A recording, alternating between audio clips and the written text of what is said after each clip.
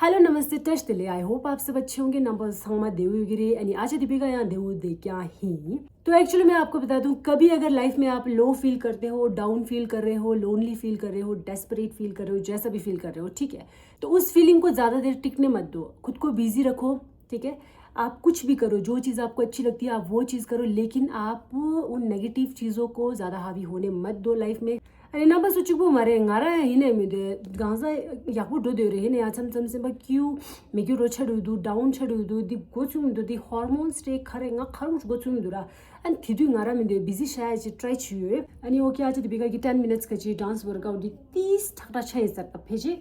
taura